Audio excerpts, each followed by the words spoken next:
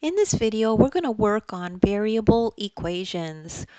So if you have a problem like this that says solve y minus 32 equals 7. So what the heck does that mean? So don't panic when you see something like this. Y can be just any number. Okay, you're just trying to solve this to find out what number you put here that you can subtract 32 from, and then it would equal 7. That's all it means. Okay, so step 1, and make sure you follow all the steps, is to solve for a variable.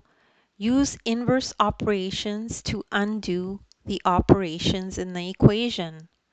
So you have to use opposite operations to undo it, and then you can get the answer. So for example, this is important, make sure to do the same operation to both sides of the equation. So what does that all mean? What that means is, because over here we're subtracting 32, to undo that, let's add 32, because we want to try to get y by itself. So because we're adding 32 here, we also add 32 here on this side of the equal sign. Okay, so add 32 to both sides of the equation. So we simplify both sides of the equation. So when we have plus 32 minus 32, we know that that equals 0, right? They cancel each other out.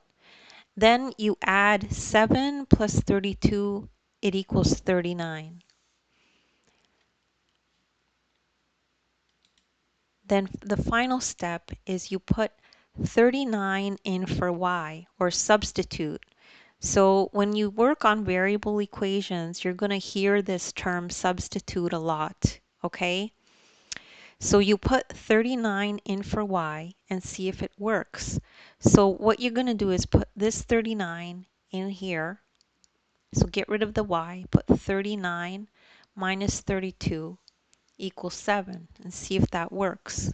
So here it is. 39 minus 32 equals 7. Check. Yep, we've done it correctly.